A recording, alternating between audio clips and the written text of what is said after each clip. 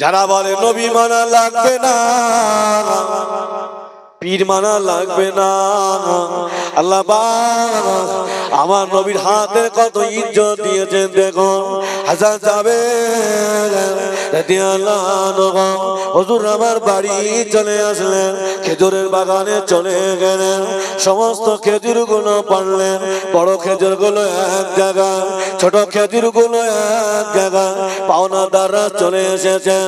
হাসান জাবের আল্লাহ নবীর দরবারে চলে গেলেন, ইয়া রাসূলুল্লাহ পাওনাদাররা চলে এসেছেন, হুজুর আপনি চলুন না চলুন। আল্লাহ নবী হযরত জাবের রাদিয়াল্লাহু আনহুর সাথে হুজুর আমার বাড়ি আসলেন। আল্লাহ নবী বললেন, ও বাবা জাবের খেজুরগুলো কোথায় রেখেছো বাবা? হুজুর ঘরের ভিতরে সাজিয়ে রেখেছে। আল্লাহ নবী বললেন, ও বাবা জাবের একা করে পাওনা দাও, আমি নবী আমার কাছে পাঠিয়ে দেবে, আমি নবী ওদের পাওনাগুলো মিটিয়ে দেব। হযরত জাবের বর্ণনা করেন, আমি একা করে পাওনাদার গুলো পাঠিয়ে দিলাম, ঘরের ভেতরে চলে গেলেন। আল্লাহ নবী ওদের খরমা দিলেন, আল্লাহ নবী খেজুর দিলেন, ওদের পাওনাগুলো মিটিয়ে দিলেন। ও বান্দারা হযরত জাবের বর্ণনা করেন, আমি ঘরের ভিতরে গিয়ে দেখলাম, আমি যতটা খরমা রেখেছিলাম, আমি জাবের গিয়ে দেখি ততটা খরমা রয়ে গেল।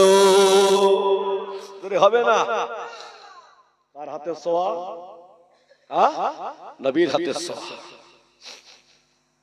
হযরত জাবের রাদিয়াল্লাহু আনহু হুজুর বললেন, বাবা জাবের সব মিটে গেছে? হুজুর মিটে গেছে। বাবা জাবের চলো জিহাদে যেতে হবে। জাবের রাদিয়াল্লাহু বললেন, হুজুর আমি জিহাদে যাব? তো জিহাদে যেতে হবে।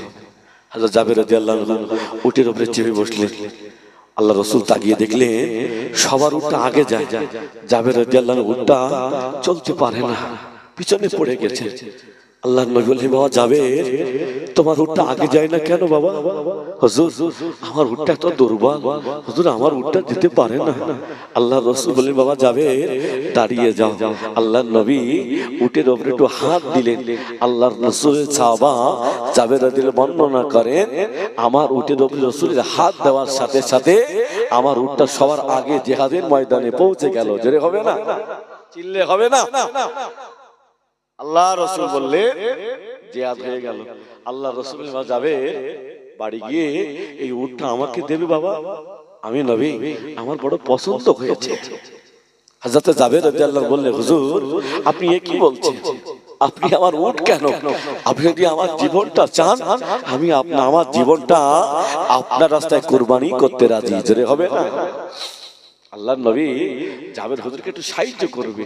দেখেন আল্লাহ রাসূল বললেন, বাবা যাবে বাড়ি যাবে?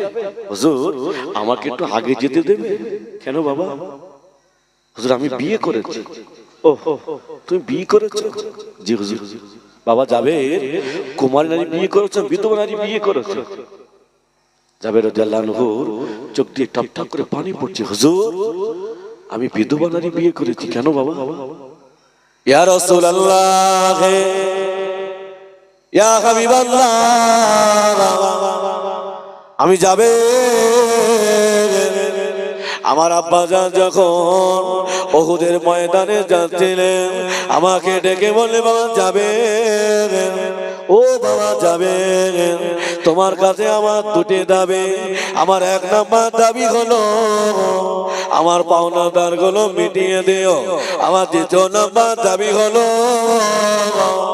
আমি 9টা মেয়ে রেখে যাচ্ছি বাবা। ওগো বাবা যাবেন, এই 9টা বোনের দায়িত্ব তোমাকে দিয়ে গেলাম।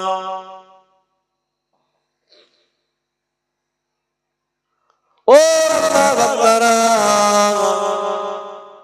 আমরা তো বাবা বোনের হক ফাঁকি দেই, আমরা বোনগুলো যত্ন করে না, আমরা ধরম কোটো পাতা ধরম পাতা হযরত জাবের রাদিয়াল্লাহু বর্ণনা করে ইয়া রাসূলুল্লাহ ইয়া হাবিবাল্লাহ হুজুর আমি বিধবা নারী বিয়ে করেছি এই কারণে ইয়া রাসূলুল্লাহ আমি যদি কুমারী নারী বিয়ে করে আমার স্ত্রী সন্তান দুনিয়াতে আসবে হুজুর আমার স্ত্রীর দিকে মায়ায় পড়ে যাব আমার বাচ্চার দিকে মায়ায় পড়ে যাব আমি যাবে আমার বোনগুলোর দিকে তাকানোর সময় পাবো না ইয়া রাসূলুল্লাহ তাই আমি কুমারী নারী বিয়ে করেছি আমি কুমারী নারী বিয়ে না করে আমি বিধবা নারী বিয়ে করেছি এই কারণে আমার স্ত্রী আমার বোনগুলো সন্তানের মতো মানুষ করবে তা